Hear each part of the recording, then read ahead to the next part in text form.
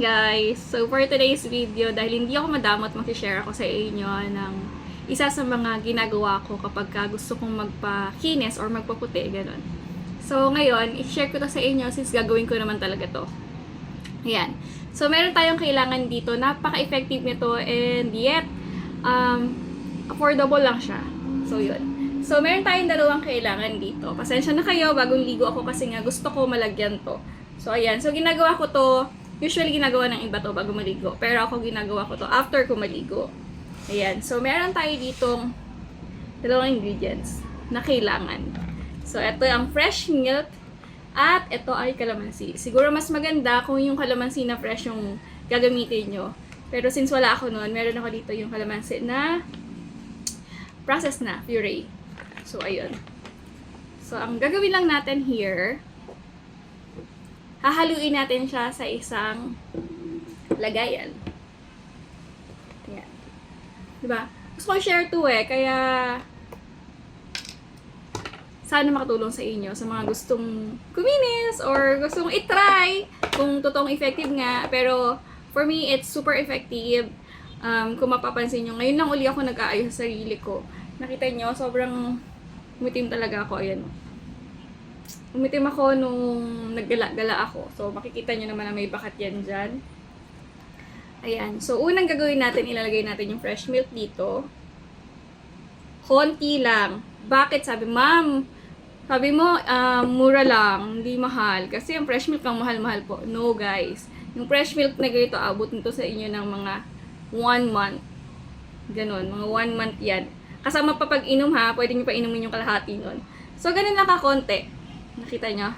Tapos lalagyan lang natin ng kalamansi. Yung ganun kakonti, isang kutsara siguro yan. Isang kutsara ng gatas. Tapos lalagyan natin siya ng isang kalamansi. Kalahating kalamansi, isang kalamansi. Depende sa laki ng kalamansi, syempre. So ako, tatansyahin ko na lang siya kasi wala naman akong talagang yung kalamansi na ano. Ayun. Ayun. So ang magiging ang kalalabasan ng ano niya, ng consistency niya, ganun, is magiging ganyan. Para siyang mamumuo. Pag minix mo kasi yung kalamansi at saka yung gatas, parang nagiging malapot siya. Kita nyo? So, ganun. So, paano nga ba? Yung iba, ginagawa to bago maligo. Kung hindi kayo sanay ng malagkit or ayaw nyo nang feeling nyo may ibang nakalagay sa katawan nyo, gusto nyo malinis, ganun. So, ako naman ginagamit ko siya as nililive ko na siya dyan sa skin ko ng matagal. Yun na yung ginagawa kong parang lotion, and then, yun, magbibihis na ako. Kung tatanungin niyo ako kung malagkit siya, for me, hindi siya malagkit. Siguro kasi sanay na ako.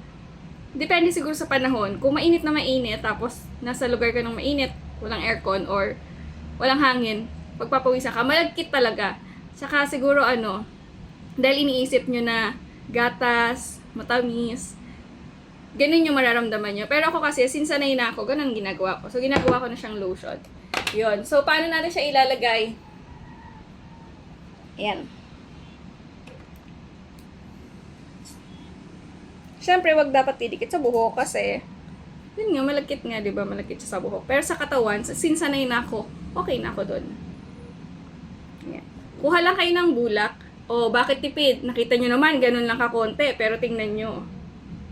Kuha lang kayo ng bulak. Pwede ito ilagay sa face nyo, but, since ako kasi nagkaka-pimples ako kapag naglalagay ako ng gatas sa mukha.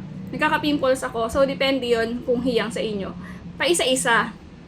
Ayoko magka-pimples. Yun. So, sa ano lang natin ilagay? Dito lang natin ilagay yan. Ayan. Gagawin na natin siyang lotion. Alam nyo, ang ganda ng epekto nito, guys. Kasi yung epekto nito, yung parang parang kumikinang-kinang yung skin nyo na hindi siya parang puting-puti. Parang pinkish, gano'n. Pinkish white siya. Hindi siya yung parang papel. Pero sobrang effective. Nakita nyo, meron akong guhit doon ng bakat ng ng sunburn yan eh.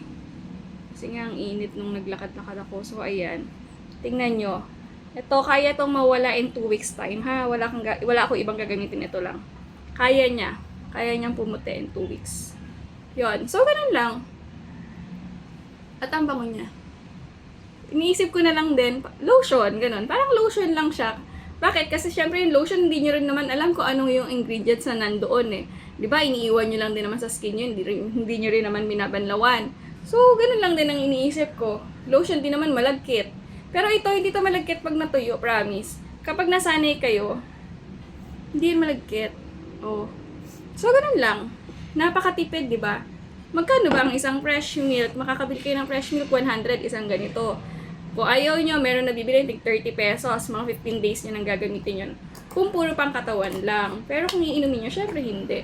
Pero ito, kaya itong umabot ng 1 month. Tapos calamansi lang, so dalawa lang yan. Napaka-effective nito kapag gusto nyo talaga magpaputi. So yun lang yung shinare ko ngayon. Sana, sa mga gusto mag-try, itry nyo kung magiging effective sa inyo. But for me, ever since ng teenager ako, ginagawa ko na to. Teenager pa lang ako. So yun, effective naman siya sa akin. So sana maging effective din sa inyo pag tinry nyo. So that's it!